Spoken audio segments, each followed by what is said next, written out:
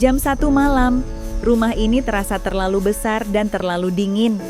Langkah kakiku bergema di lorong kosong, mengingatkanku betapa sunyinya hidup ini.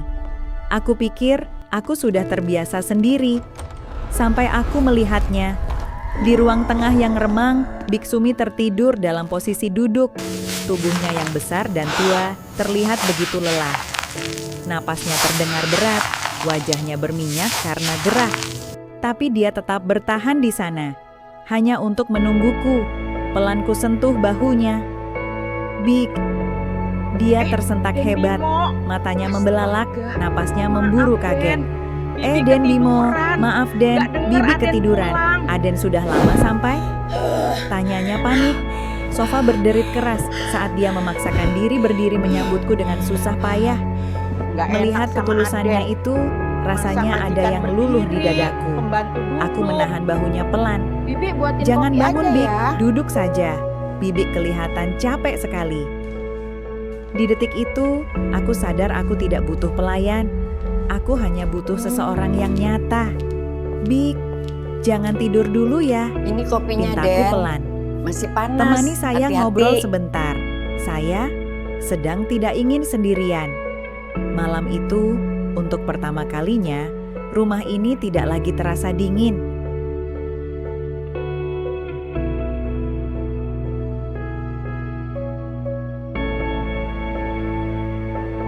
Siang itu, matahari terasa membakar kulit.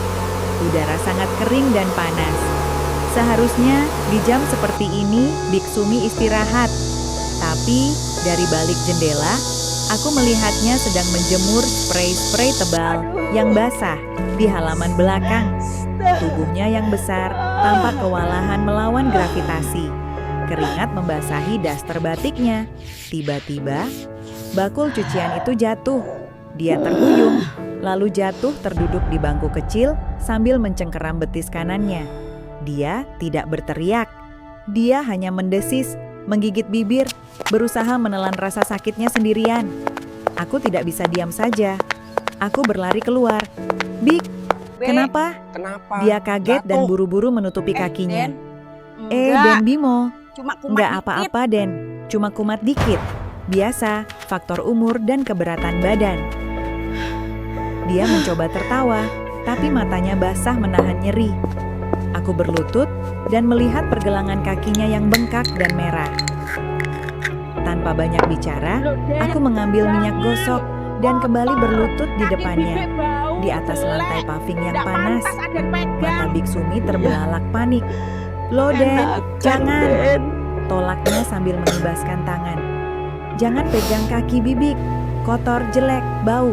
Ndak pantas tangan Aden pegang kaki pembantu. Diam Bik, luruskan kakinya, nanti tambah sakit, jawabku tegas.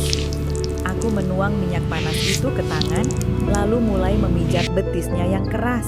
Awalnya dia kaku karena malu, tapi perlahan pijatanku membuat tubuhnya rileks. Malam itu, langit seolah sedang marah. Hujan turun tanpa ampun, memukul-mukul jendela kaca ruang tengah dengan kasar. Angin menderu seperti ingin merobohkan rumah ini. Aku duduk diam, mencoba membaca buku. Malam itu, Tapi mataku langit terus marah. melirik ke arah sofa hujan seberang. turun, Di sana, seolah ingin Biksumi menenggelamkan duduk memeluk seisi bantal. kota. Tubuh besarnya terlihat menyusut karena takut. Setiap kali petir menyambar, bahunya tersentak kaget. Dia tidak suka suara keras. Dia tidak suka badai. Tiba-tiba, pet! Seluruh rumah mati, gelap gulita. Gusti, kudengar suara jeritan tertahannya di ujung ruangan. Napasnya terdengar memburu dan panik. Aku segera menyalakan senter ponsel, Bik, membelah kegelapan yang pekat. Bibik di mana? Bik, jangan panik. Cuma Jangan mati panik, lampu. cuma mati Tunggu lampu. sebentar. Aku meraba-raba laci, menemukan sebatang lilin sisa ulang tahun entah kapan. Bunyi gesekan korek api terdengar nyaring, diikuti nyala api kecil yang meliuk-liuk. Aku membawa lilin itu ke meja di depannya. Cahaya oranye yang hangat perlahan menerangi wajah kami, membuat bayangan raksasa menari-nari di dinding. Minum dulu, Bik, kataku sambil menyodorkan segelas air. Rasanya Tangannya kayak gemetar hebat saat sendirian. menerima gelas itu. Bibik nggak suka gelap, Den, Nggak usah takut, bisiknya. Matanya saya di berkaca-kaca. Rasanya kayak Bibi nggak ditinggal sendirian. sendirian di dunia ini. Mendengar itu, aku menggeser lilin itu agar lebih dekat padanya. Dan tanpa sadar, aku juga menggeser dudukku mendekat. Enggak usah Aden takut, ngeliatin apa? kataku lembut, menatap matanya. Cuma mikir, Ada saya di sini. untung ada Bibik nggak Bibi. sendirian. Di luar, badai masih mengamuk. Tapi di dalam lingkaran cahaya kecil ini, rasanya begitu tenang, begitu intim. Aku menatap wajah tuanya yang diterangi cahaya lilin. Gurat-gurat lelah itu, keringat di pelipisnya, dan bibirnya yang gemetar. Malam ini, dia tidak terlihat seperti pembantu yang kuat. Dia terlihat rapuh. Aku menggigil hebat di balik selimut, demam tinggi membuatku tidak sanggup bergerak. Terdengar Den? ketukan ragu di pintu. Udah siang kok Den? belum keluar. Kok belum keluar Bibik kamar? masuk ya. Bibik masuk ya. Pintu terbuka. Biksumi masuk membawa nampan makan malam biasa. Dia pikir aku hanya malas atau ketiduran. Tapi saat dia melihatku menggigil, nampan itu nyaris jatuh dari tangannya. Astaga, Den Bimo, pekiknya panik. Dia berlari mendekat, menempelkan punggung tangannya ke dahiku. Badan Aden. Gusti, Aden demam panas sekali tinggi. badan Aden. Dia Dingin. langsung sibuk. Lari ke dapur, lalu kembali membawa baskom air hangat dan handuk. Wajahnya pucat karena khawatir. Tangannya yang gemetar memeras handuk, lalu menempelkannya di dahiku. Saat dia hendak berdiri lagi untuk mengambil obat, refleks tanganku menahannya. "Jangan pergi, Bik," bisikku lemah. Makan "Saya ya, takut Den. sendirian." Bibi suapin. Dia tertegun, menatap tanganku yang menggenggam pergelangan tangannya. "Bibik harus Di ambil sini obat, saja. Den." "Di sini saja, Saya butuh pintaku. Bibi. Cuma sama Bibik, saya Jangan merasa tinggalin punya saya. rumah." Mendengar itu, tatapannya berubah. Maaf, Den. Rasa khawatir di matanya perlahan Bibik berganti menjadi lancang. sesuatu yang lebih dalam. Sesuatu yang selama ini dia tahan. Perlahan, dia mencondongkan tubuhnya ke arahku. Dia tidak bicara apa-apa. Dia hanya mendekatkan Den. wajahnya, mengambil Jangan kendali ngomong lagi. atas situasi itu.